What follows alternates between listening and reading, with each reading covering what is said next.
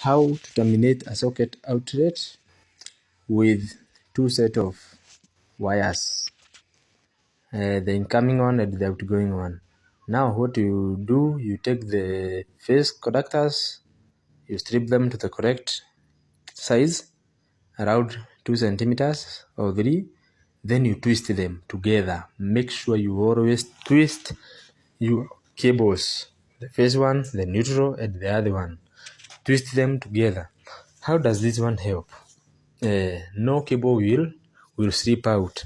They will not separate when you terminate them to the socket point, the socket terminal point, because if you put them direct like this one of them will slide out, leaving an open circuit at that point.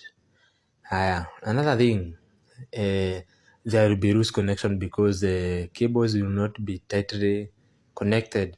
And if you ever meet a loop of wire at the socket outlet, just strip the part that you are going to use and then fold the part so that you will put it to the terminal, or the left terminal, the neutral, and the other terminal at the socket outlet. Never cut that loop unless it is important. Maybe you found that the cable is too big and you need to cut, and after cutting, make sure you twist it back the way I've explained earlier. Never insert the different or the wire from different side just directly. Make sure you twist them together.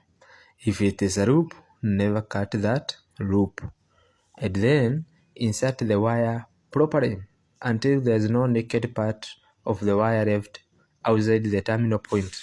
Okay, that is it. You do a clean